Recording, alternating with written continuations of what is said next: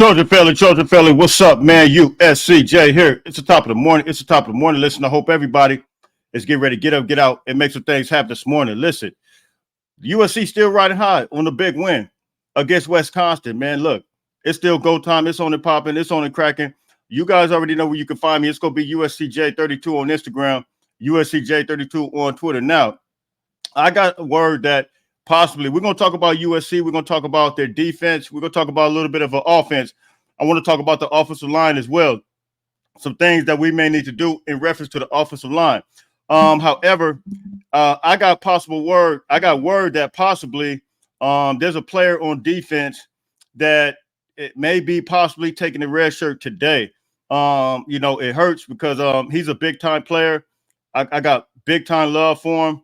And, I'm not saying this, look, if it happens, you guys know you heard it here first. I'm going to start talking about, start giving the information I get. And I'm going to time step it on here because I realize there are a lot of people, a lot of other networks. They know who they are. I'm constantly putting out information and they continue to ignore me. But I'm going to tell you what I'm going to do from here on out.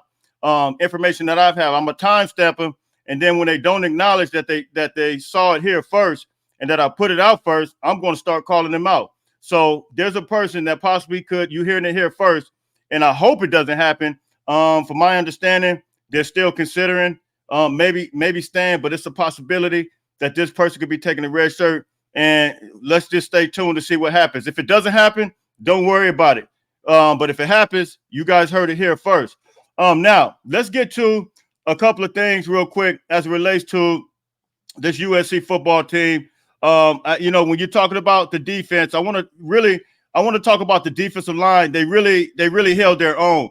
And in the absence of Bear Alexander, you had guys like Kobe Pepe who stood in the gap, and he was able to move and groove. And I'm proud of him. I'm proud of how he moved. I'm proud of how he was able to really be effective. And he actually had a PFF grade over the weekend of a 73.1 defensive grade, and then he had a 73.2 on the run defensive grade, and then a 75.3 for a tackling grade. So look, man, he also had 2 stops with him as well. So you look at what he's doing, what he's able to do. I think he's able to move and groove, and I really feel comfortable, of course, with Nate Clifton. Somebody asked me, did I see Nate Clifton? I said, absolutely, I saw Nate Clifton. Nate Clifton looks like a beast. Coming from Vanderbilt, you're talking about that kid. He got 4 or 5 years experience. And so he looks like a grown man and he's really effective. I think Nate Clifton is actually getting better when you're talking about on this defense. I think Gavin Myers getting better. I think all these guys, Anthony Lucas look good as well. This defense is holding teams to around 15 points average in the game. And so, USC is absolutely doing their thing. But I really want to talk about and really kind of compare and contrast this Minnesota team, because Minnesota's defense may be kind of tricky when you're talking about it. Right now, Minnesota is currently ranked overall number 5 in the country in total defense. You heard it right. They're above Michigan right now in total defense. And so why am I saying that? Because we know the problems that USC had as it relates to the defensive issues, the defensive line rather, attacking USC, with their offensive line. And so here's my question when you're talking about the defensive line, offensive line, as we go into this Minnesota game, because Minnesota, they're a team that played Michigan very tough. The score was in fact the exact same thing as it was with USC, 24-27. And, I can argue that game was given to Michigan. Minnesota looked like they won that game. There were a couple of questionable plays, questionable holding calls, and we just know that Michigan, yes, they have home cooking at their stadium. I mean, that's pretty evident. It's pretty apparent. That's what it is. But when I looked at that game, they even had some outstanding athletes, from the wide receiver group and the kick returner. I think he will almost return the kick back. One guy barely got him, just stopping him just short of the end zone. And then they had a receiver that was pretty decent. I think that was the same guy that returned that kick, actually. But when you look at them, they pose a little bit more of a threat as far as in the passing game. But my primary concern is not our defense, because I believe our defense will actually hold a team like Minnesota. But my primary concern is going to be our offensive line. How will they hold up? Now, I think that's the elephant in the room that we really have to talk about, because when you look at Miller Moss, he took a beating. He took a beating in the Michigan game. He's taken a lot of hits. He took some hits in this game as well. I think I got a stat from a guy, Luka Evans. Let me see if I could pull it up as far as the offensive line, because I just schematically, there are several people that say, Jay, why would you say USC needs to possibly add packages for a guy like Maiava? Listen, let me get this clear real quick, because I think people really get it twisted. Miller Moss, to me right now, of course, he's the better quarterback. I don't know if Jaden Maiava could be the better quarterback, but what I do know is Miller Moss, he has chemistry with the receivers. He fits the balls in tight spaces, and he throws those 50-50 balls, to our guys, Deuce Robinson, Jacoby Lane, only where they can get it. And I think he's good at what he does with that. However, the issue we facing is the pressures that are that are taking place right now.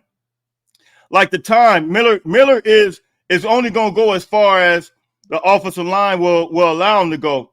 And I got a couple of thoughts I have as it relates to our offensive line and Lincoln Riley's play calling, because I wonder, because this is the same offensive line, right?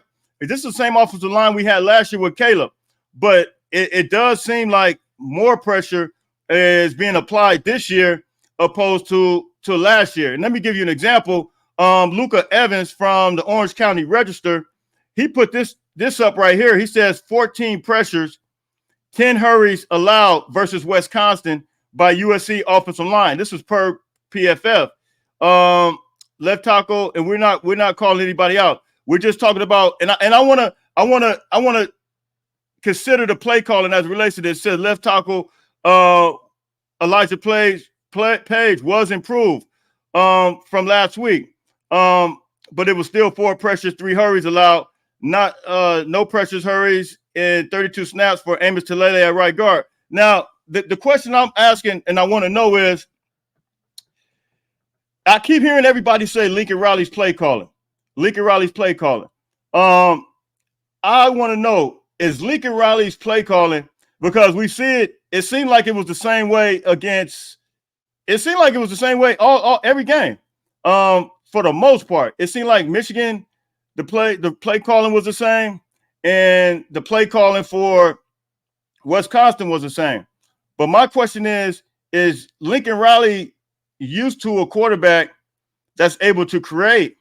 And it kind of, how do I want to put this? It kind of made up for the play calling, if you will, if that makes sense to you. Let me give you an example. I saw a couple of open lanes, but I think because of more of Miller is a pocket quarterback, and he's very comfortable in that. I think that those open lanes, I don't think he will take those. I don't think he will look to those. I think he'll look to pass ASAP more so than anything. And when you look at Kyler Murray, he took a lot of open lanes. When you look at Jalen Hurts, he took a lot of open lanes. Of course, Caleb Williams, he took a lot of open lanes his first year. And then I think that was kind of the issues you would hear some kind of talk about. Caleb Williams wasn't taking the open lanes like he did the first year, the second year with USC, which was last year. And you saw, like, you were kind of wondering, why is he staying in the pocket? Some felt like, hey, he may be getting ready for the NFL. And he could have took some open lanes. But we see some open lanes from the offensive line there in the pass game. Now, whether you take those or not, that's the whole question. I'm not even talking about the design open lanes, because the design open lanes was created by, you saw Miller with that big time touchdown where he hit his head on the ground, and we'll talk about that as well. But those design open lanes were that was a Miller type situation. But then there are other open lanes where the pass game, those guys coming off the edge so fast, and it actually creates a small open lane that has to be seen. But will he go through that or not? I don't know. And we saw, let me say this, we saw with Jaden Maiava, against Utah State, we saw Jaden Maiava actually, there was, I think the pocket collapsed, and he went one way and then another way, and I guess he created that lane. So what am I saying? I'm saying that I'm not saying that you replace Miller, because I think there's some lost in the sauce fans that absolutely don't understand like what I'm saying. Here's the primary reason: Miller Moss cannot continue to take a beating like this. He can't continue. Everybody, they say Miller's tough. Yes, he's tough.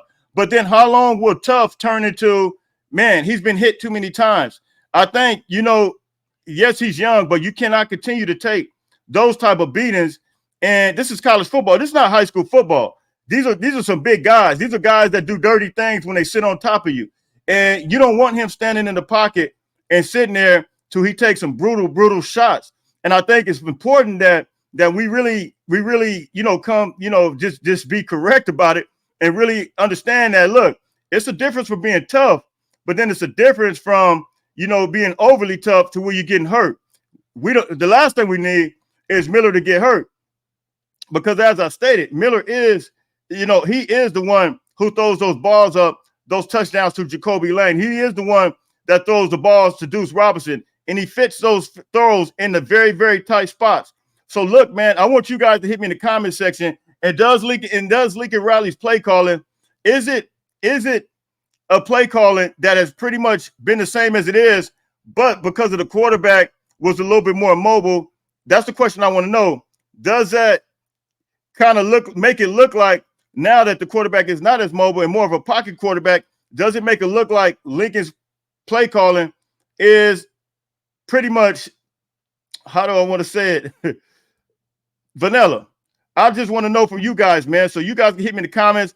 That's just questions I have on the table. I'm not saying one way or another, but it does cross my mind, because I kind of wonder, like, what's really going on as it relates to this.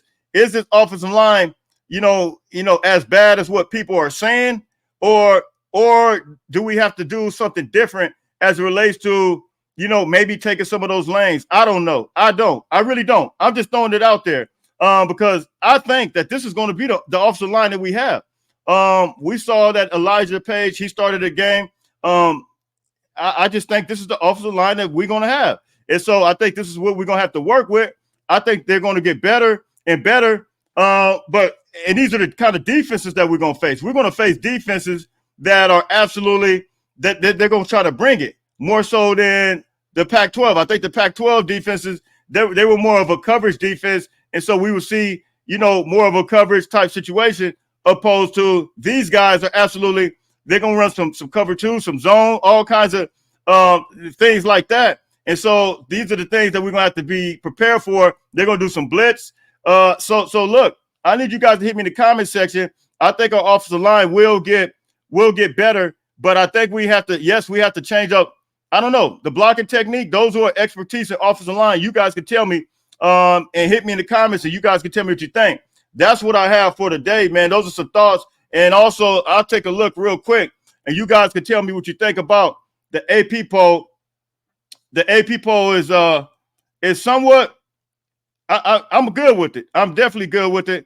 And I'll just go through it. Alabama. Well, actually, I'll take it back. I think Texas should be number one. They got Alabama 1, but Texas should be number 1. I think Alabama 2.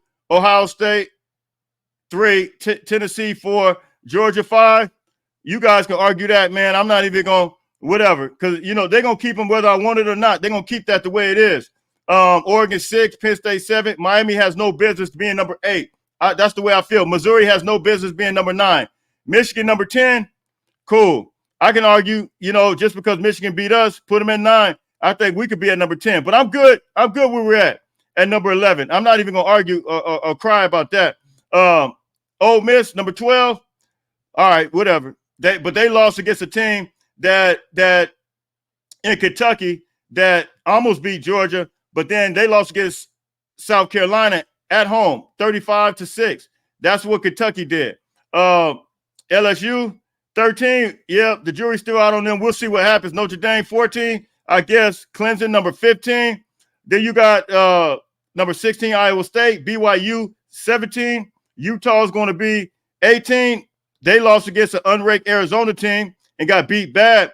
Oklahoma number 19. Oklahoma's, man, the jury's out on them. They're going to have some problems. Kansas State 20.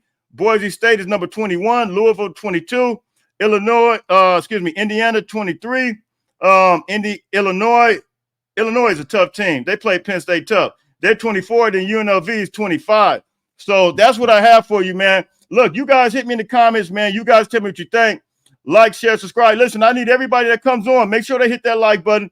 Make sure they hit that share button. You guys already know where you can find me. It's USCJ32 on Instagram, USCJ32 on Twitter. Until later on, everybody stay blessed. Fight on, fight on, fight on.